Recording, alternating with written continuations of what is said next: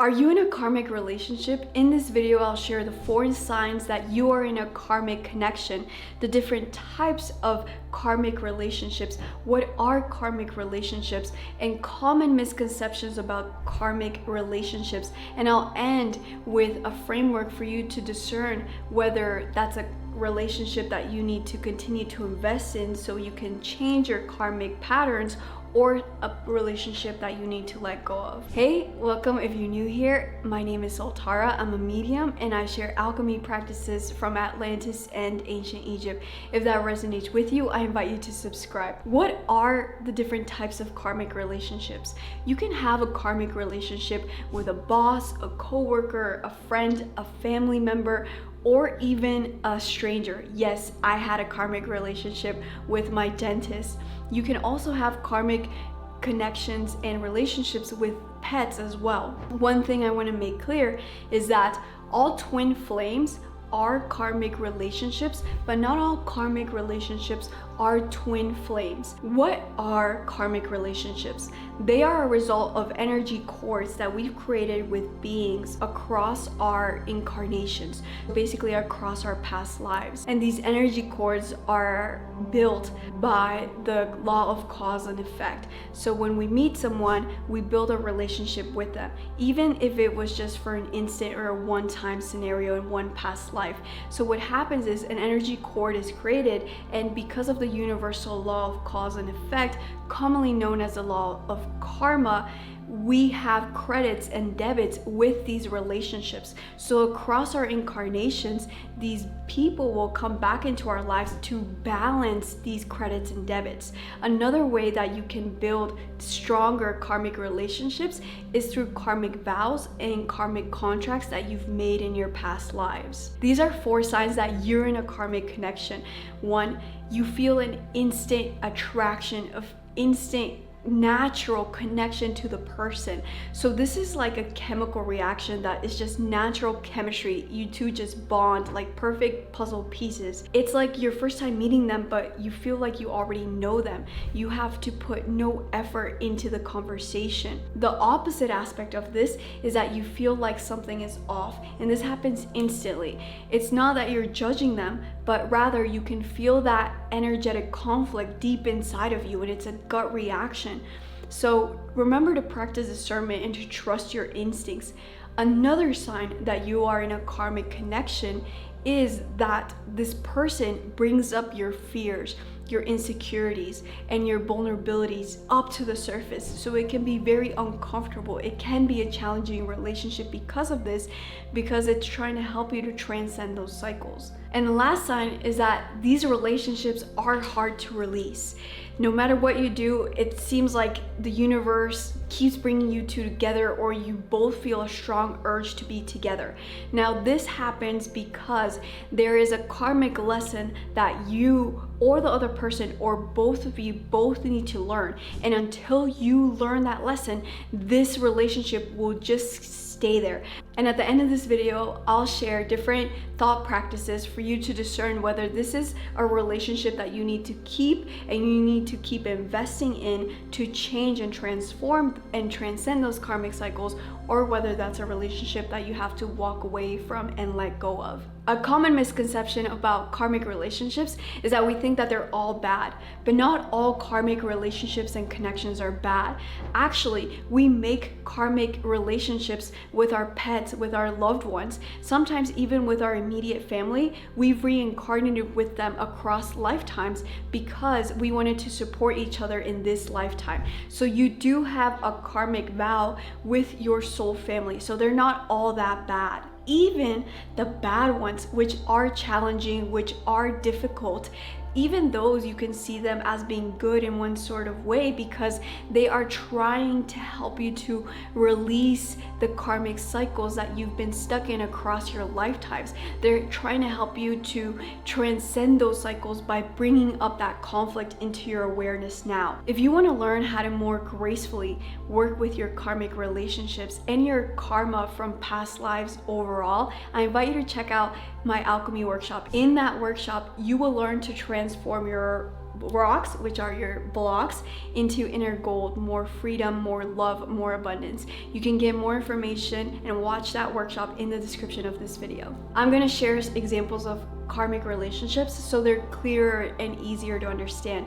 We had someone in our Golden Age Alchemy Academy, and unfortunately their dog had transitioned, and 1 year later they got another puppy. It was a Doberman, and this dog was just a reincarnation of the last dog because of the soul contract that he had with that family. So when they picked up that dog, the dog already knew who the parents were. When they took him home, he knew the layout of the house and he knew the borders of their property. It was fascinating because the owner even said that it was like a 13-hour drive or something to go pick up the Doberman pup, and when they drove home, the puppy was so thirsty that he immediately ran to where his water bowl should have been, and he pawed at his mom to bring out the water there. And that's a clear indication of a reincarnation. And this doesn't just happen with our pets, but it can also happen with our children. It can even happen with friends and loved ones, that they come back into our lives because of these soul family karmic vows that we've made with one another. I also have a karmic relationship with my German Shepherd puppy Esmeralda. Now, another example of a not so fun karmic relationship is one of my students. She joined a new job, and her boss would just keep clashing non-stop, and her boss was very aggressive towards her to the point where HR had to step in. And we all know it has to get pretty bad when HR has to step in. And so what we did is we explored if there were any other timelines where this relationship was present, and it turns out that in a past life they had conflict, and once my student was able to see that conflict, she was able to then transmute that energy, which helped to transform their relationship within this timeline. And that's just because what happens in the past and in the future and the present is all happening at the same time. So that's why it's important for us to work actively with our karmic relationship. Now, the most important thing here is that no one is getting hurt, that you are not getting emotionally, physically, spiritually, mentally hurt, nor is the other person getting hurt from that relationship. So should you keep or let go of that relationship? There are two things you need to keep in mind when thinking about this question. One is, are you evolving? That is the purpose of this karmic relationship, for you to evolve and to grow as an individual. Ideally, we would do that with the person, but we can't control their actions. You can only control yourself. So based off of that, after you answer that question, then think about the second question. Is anyone getting hurt in this relationship? Mentally, emotionally, physically, either you or the other person.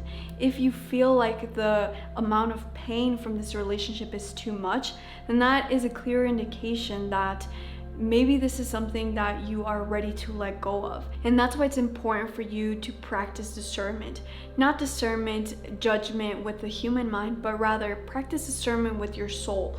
Your soul already knows whether it's for your highest good to keep this relationship and change it, or whether it's time for you to make the decision to let go from this karmic relationship. So discernment at a soul level will be your guiding pillar. If you need help to strengthen your discernment abilities, I invite you to check out our Golden Age Alchemy Academy. You can get more information in the description of this video. And I'm going to share some of the lessons that my students had from their own karmic relationships. So I asked my students in the Golden Age Alchemy Academy to share what they've learned from their karmic relationships, and this is what they had to say. That the energetic cords are thick and stubborn, that there is no history repeating itself. It is a chance to do it right. I learned to love myself, and I deserve to be loved, and also I learned how I am supposed to be treated. I learned to know my worth. I learned to have better boundaries and not sacrifice everything in my life for my partner. So those are the biggest lessons that my students have learned. Let me know in the comments, what is a lesson that you've learned in your karmic relationship? If you choose to stay in that relationship, focusing on your inner work and your shadow work will help you to vibrate higher, because this other person is bringing out your vulnerabilities, your fears, your insecurities. That is an opportunity for you to transcend those, because as you start to release that dense emotion, those dense fears that you're holding on to, you're able to vibrate higher, which means that either the person will no longer be a vibrational match to you and therefore will automatically fall away and out of your life, and because you're vibrating in this higher state, you're opening up to receive more nourishing, more loving relationships that want to flow to you. Because remember, we have to let go of the old in order to receive the new. And the biggest thing that will help you to avoid attracting the same toxic relationships, whether they're happening to you at work, in your love life, or in your personal life, is to heal your stories and to transform your blocks at the root cause.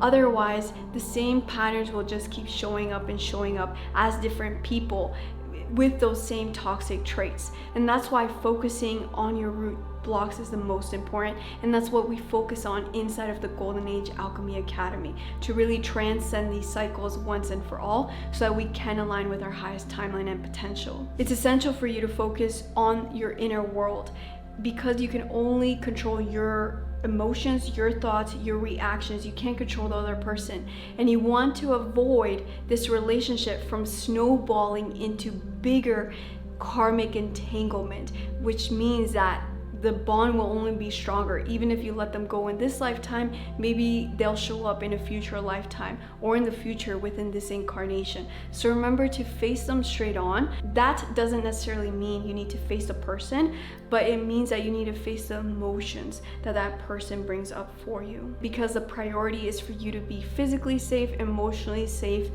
and mentally safe. Otherwise, you'll have to learn that lesson on repeat via different people. And just remember, if you choose to stay in that relationship, it's important to have healthy boundaries. A question I've seen about karmic relationships is, can a karmic relationship trigger spiritual awakening? Yes, definitely. The purpose of karmic relationships is that they're there to help us evolve, whether that's spiritually, mentally, emotionally. That's their purpose. So yes, they can trigger spiritual awakening, because the purpose for those relationships are for us to transcend those limitations so our souls can expand and evolve in the way that they were meant to. Thank you for your comments, your likes, your subscribes. I read all the comments, so I'd love to hear how this felt for you. You may also enjoy watching this video up next if you have trouble with setting boundaries. I'll see you in the next video. Much love.